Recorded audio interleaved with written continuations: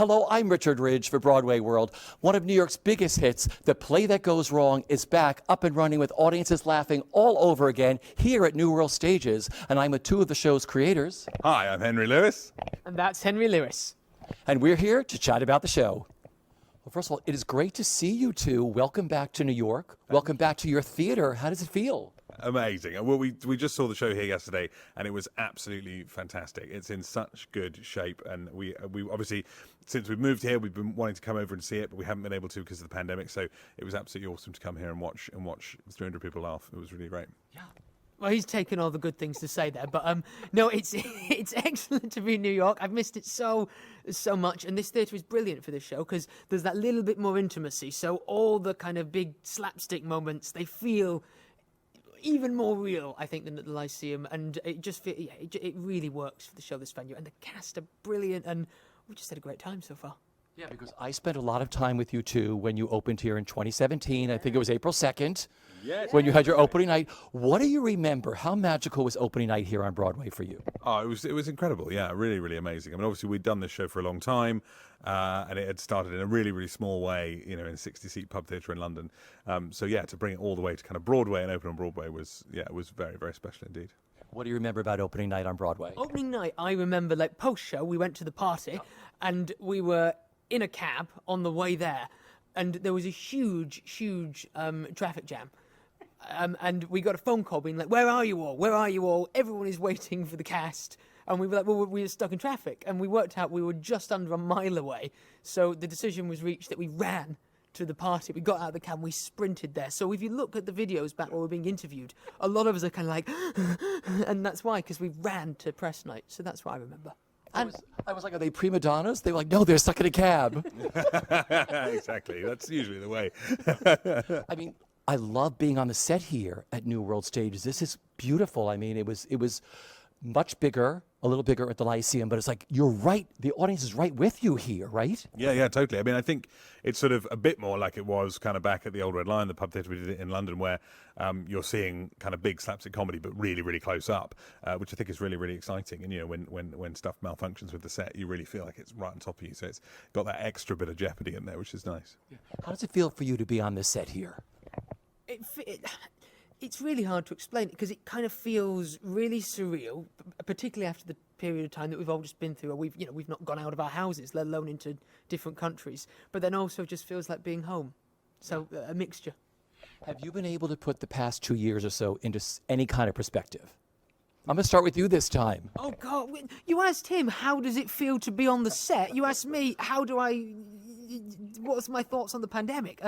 Well, obviously a really horrible time, really, really difficult. And it's been amazing. I think the one thing that has kind of kept me hopeful is seeing how many people in the industry have worked so tirelessly behind the scenes to make sure that we can come back and that we're all able to do stuff like this. And but I haven't really got a kind of overall takeaway from it, other than I'm just so glad that we're slowly coming out of it. Beautiful.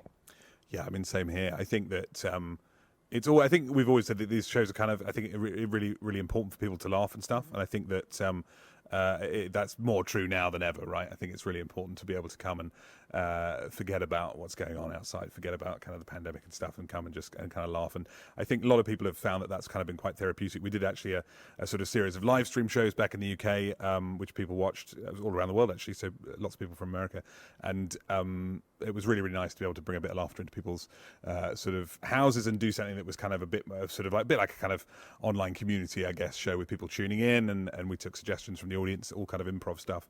And that was really nice to kind of bring people together at a time when it was just really impossible to bring people together. So that's kind of been our mission at Mischief while it's been going on. But no, certainly a really tough time, and I really hope that theatre starts to rebuild itself here and all around the world. There's a really different sensation, I think, at the moment watching the show. So we've just been out to Chicago to see Play That Goes Wrong, and out in Canada as well, watching one of our other shows, Peter Pan Goes Wrong, and the laughter in some way feels different. It feels like there's more of a sense of catharsis going on, but it's just so important that people come together. And I don't know, particularly, like, I just think some people just really deserve it, like health workers, all that kind of stuff. Like, it's so nice to be able to just give people an hour or two of joy. And I think actually, like, you know, our work is profoundly silly, right? And funny, hopefully, but it's silly stuff. And actually, coming out of the last 2 years, there's actually there's something deeper now to this work, just because I think the human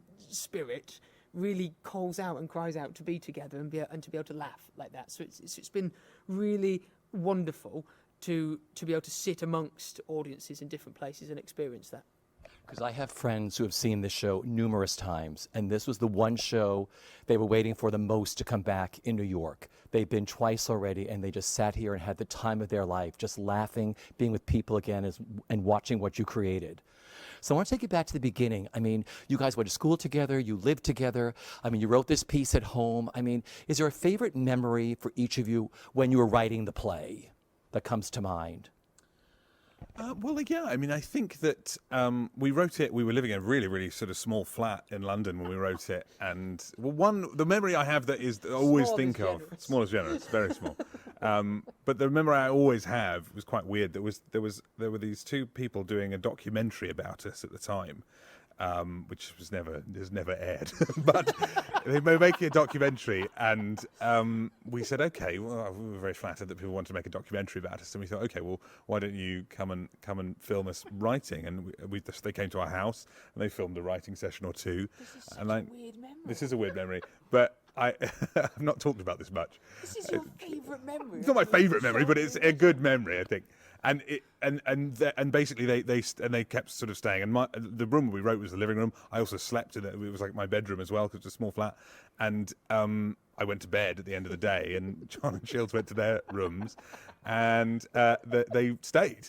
They were there filming for the documentary, and I got into bed and sort of had a glass of water and sort of lay there. They were still sort of filming, and I thought, okay, well, good night. And they were like, no, don't acknowledge the camera. I was like, okay, I'll just remain here then. And I sort of turned off the light. They still stayed, and it was so bizarre. And I closed my eyes, and then I woke up and they weren't there. So they did leave at some point. But it was in my room, like lying there, and I just said, after a while, being like, I'd really like to go to sleep now. That was a very strange memory from the writing, after one of the writing sessions of Play That Goes Wrong. At least they left. They did. Did they come back the next day? They did come back the next day. Yeah, they were with us for a few months. Yeah. Favorite memory for you? Favourite memory? Probably just the fact that we were all working different jobs. So a lot of the show was written because Henry and Henry were working in bars. So we'd all kind of arrive back at the flat quite late. So the show was written, you know, in the wee small hours quite often. And I suppose I just remember just really, really looking forward to getting home and doing that. And I just remember laughing a lot. I remember there's a bit in the show where there's a musical spike. And the joke is basically it goes on for longer than the actors would have desired. And I remember just us doing that in our flat, having this really dramatic music on and just trying to perform that moment to each other. And just laughing. And as well, I remember the rehearsal of it. The rehearsal was done in this little old abandoned railway arch. And I remember all the guys, you know, all of us come together, coming up with stuff and kind of building the show together. And yeah, just look back on it as just being a really wonderful kind of innocent time as well, you know? Yeah, we first rehearsed the show in the railway arch, and we did the final the bit. door got stuck. The door got stuck. We got locked out. There was also a flood. Yeah, there were so many things wrong with that rehearsal space. But we also we did the moment where the scenery falls down, and then we sat down with all the scenery falling down to do some notes, and then the actual wall of the rehearsal room fell down. And that was quite a good kind of acting exercise for everyone, because everyone was like, remember that reaction that you had, that utter fear and the stillness, and all of that was kind of we then used for the show. Yeah. It's been playing in the UK since I think 2012. Broadway, tours to the UK, tours to the United States. Gorgeous set. What were those early pub days like? What were those performances like? What kind of set did you have? We all built it. We built it ourselves. Yeah. It was a £300 set that we put together. It was the three flats. So, I mean, this side, this half of it basically. £300, like 300 pounds, like sterling, not like the weight. In weight, I don't know what it weighed, but it was lighter than this one. And yeah, it was amazing. I mean, it was very, very basic. You know, it was all we put the whole production together kind of ourselves. So we did everything from building the scenery to sort of sorting out the costumes to writing it to performing in it. and doing the tech, all that I stuff. think it is only fair because there's this thing where we always say we built it together, and I think that's unfair because I played more of a supportive role in the building process. I did a lot of like, that's great, everyone. My building skills are they're not good. I'm not a carpenter. I did a bit of painting. I can paint. I can route. Do you remember? I Yeah, can we route. discovered What that. is routing? Routing is so how these bits, like the beveling. Here, Oh, yeah, okay. To make that shape, you have to use a router. So I can route. So you did that in the pub? I did the routing, but the rest of the set was built by everyone else in the team. Yeah. I know. So I believe there were 2 chaises on Broadway, right? That's correct. How do you say it? Shays. Chaise. Okay. There were 2 of them, right? What did you have at the pub? Barely one. I think there was one chaise longue at the pub, and that was why it was a chaise longue, because that was all we had. Had it have been an armchair, I guess probably it would have been an armchair. It was But from a production of the importance of being earnest. The cast were just like, we don't want that. It's horrible. And it had just been left in the basement of the pub with all the beer barrels and stuff. And we took that upstairs. We'll write that into the show, right? exactly, yeah, exactly. It was completely kind of battered. We were the second show when we first did it at the pub.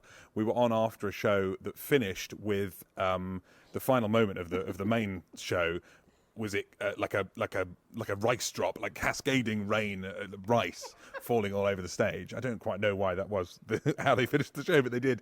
And so before the show we literally had 15 minutes to turn it around, and we were sweeping up all this rice, and we were always slipping on the rice and stuff. So it was. Here's a memory of the show as well that I have is obviously now like most sets. In theatre are obviously stuck to the floor. Well, not stuck, but nailed down, I imagine. Because we were the second show on, we didn't have the luxury of being able to secure the set to the ground. And obviously this set, there's doors slamming, things falling, all kinds of stuff happening.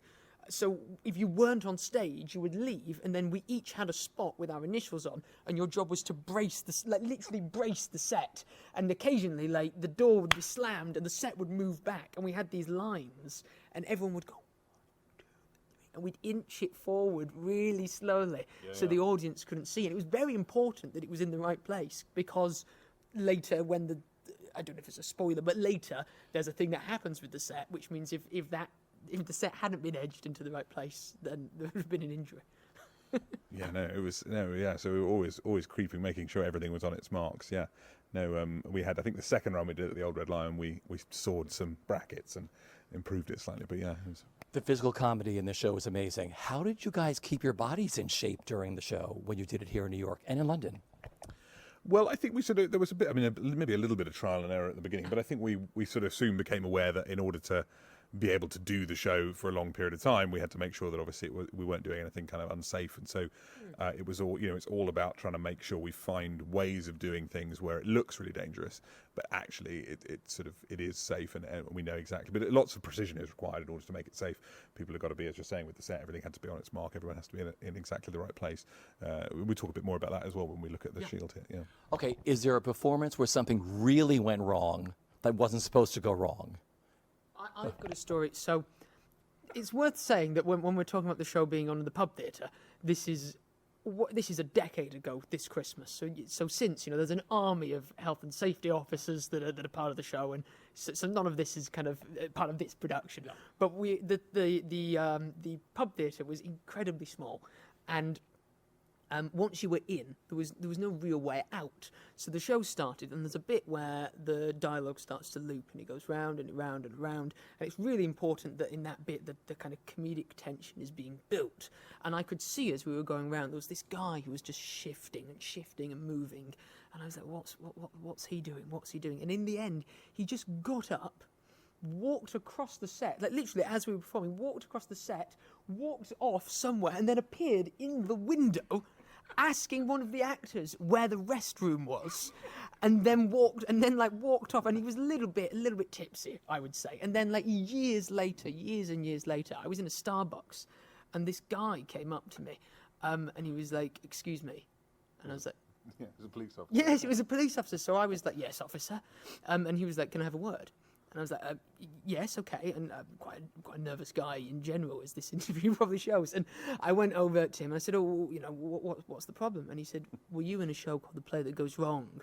And I was like, I was, yes. And he was like, I owe you a huge apology. It was my birthday. I had too many drinks, and I believe I walked across the stage while you were mid-performance. So that's a weird... Love that. Yeah. Yeah, came full circle with that guy. Something go wrong for you? There's been a few different crazy things. I mean, I think there's the night of the raspberries. So when we were doing the show on tour, at the beginning of the second act, the curtain goes up and no one's ready. Everyone's kind of on stage still. Then the curtain goes down and then we start.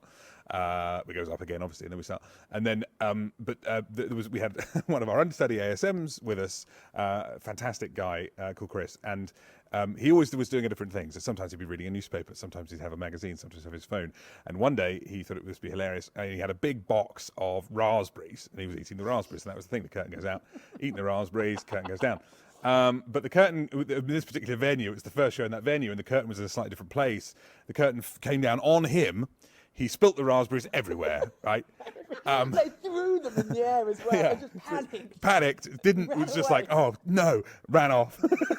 John, never forget John's reaction. Just like, oh, no. And then the curtain went out and we were back up under the lights, so we had to carry on. So the whole... Tell the audience were just like, why is there fruit everywhere? Yeah. And it was never explained. No, it was never explained. So that was very weird to begin with. But what made it even weirder was then all the people who weren't on stage and hadn't seen that happen didn't even know he had raspberries, came on stage one by one and just sort of did this double take of just doing their lines, knowing that there was raspberries everywhere and just completely confused. And it just got funnier and funnier. It became absolutely ridiculous. There's one bit, obviously, people fall over. People were covered in raspberry juice. It looked like a bloodbath by the end. It was... And obviously the focus shifts between kind of down here and up there. And every time the focus shift up there, someone would just be like, John, why is there fruit everywhere? What's happened? Yeah. And but that made it even funnier. Oh. And at the end of the night, Chris, the understudy, came to me and said, shall I not do the raspberries? I thought maybe not the raspberries. Maybe a fruit that isn't in small pieces. Well, that's rough to clean up raspberries. It gets everywhere. No fruit, period. I want to talk about Mischief Theatre. I mean, your company is such an amazing company. You've written a lot of different plays since this one, right? How many different goes wrong pieces are there? In the goes wrong range, we have two others. So we have the range. It's not clothing, is it? It could be. It could be. For many years, I've been talking about the goes wrong clothing range. But no, so we have Peter Pan Goes Wrong, and that's on in Edmonton at the moment. We just saw that the other day up in Canada. And then we have Magic Goes Wrong, which we've just finished doing in the West End, which we co-created with Penn and Teller, the magicians, and that's been a lot of fun as well. That's Peter Pan is the same kind of actor characters, the Cornley Drama Society. Magic Goes Wrong is a different group of magicians. Yeah. And there's the Goes Wrong Show, which is the TV show. Of course, yeah, it goes wrong. And then outside of that, there's a couple of other shows as well. We've done the comedy about a bank robbery, which is kind of a sort of mad caper, sort of Marx Brothers kind of style, set in the US, actually set in Minneapolis. So that was good fun. And we also did Grown Ups as well. It's just finished its UK tour. So yeah, lots of different bits and pieces. All started at school, all started in this little flat you lived in, and now look where you guys are. Yeah, I mean it's been a crazy adventure, really. I mean, yeah, we sort of feel so sort of we're just I mean I'm just very lucky. I'm very glad that people are enjoying the work. Perfect. Now, are you going to show us how something works in this show? We're going to show you a game. I love this. Yeah. I was looking forward to this. I'm still scared though. That's why I'm like, oh. And you're going to have a go, right? Oh, of course I'm going to have a go. You know it. My worry is I'm not always excellent at timing. I'm sure I'll do it. And if I don't, that'll be funny. 1,300 performances. Well, I didn't do this bit. Oh. So there's a moment in the show where Inspector Carter, or Chris Bean, as Inspector Carter walks on, and the shield swings down, hits him in the face, and he falls back here. So that's what we're going to do. Now, we've got a mat in for now. Okay. It's normally done without a mat, but we've got a mat there just for Because I didn't go to the Play That Goes Wrong school. Exactly. I didn't go to the circus training school, right? So just so no one hurts themselves. This is a slapstick, which is where the term slapstick comes from, and this is what we use to make the noises of the hits in the show. Absolutely. Do you want to give it a test? There we go. Nice and loud. Okay, so 5 years of training. I'm going to give you a quick demonstration, and Okay. then we'll have you do it, right? So there's a mark here, which on the floor where you'll stand. Yes. And that makes sure, obviously, you're safe because it swings down and it comes slightly back into the doorway. Yeah. But as long as you're standing on the red mark, it won't hit you in the face. And then after that, during the actual show, the person comes in and is then pushed back out. But for now, we'll just take it from here. The mat's in place. So when you're ready, thank you.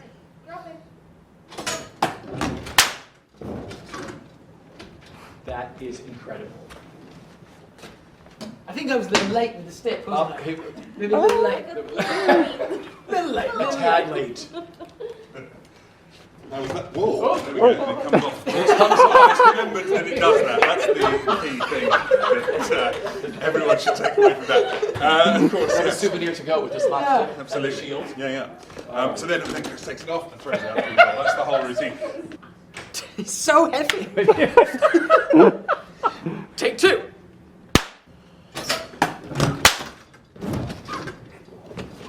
That was perfect. Ooh, okay. Oh, that's it. And then you throw it out the door. Okay. That's how it goes. There you go. Up for it. We're going for it. Here we go. Here we go. I'm going to do the matinees. I'll do the matinee performances. I've never felt more pressure in my life than See? we do this. So this is my callback audition for The Play That Goes Wrong.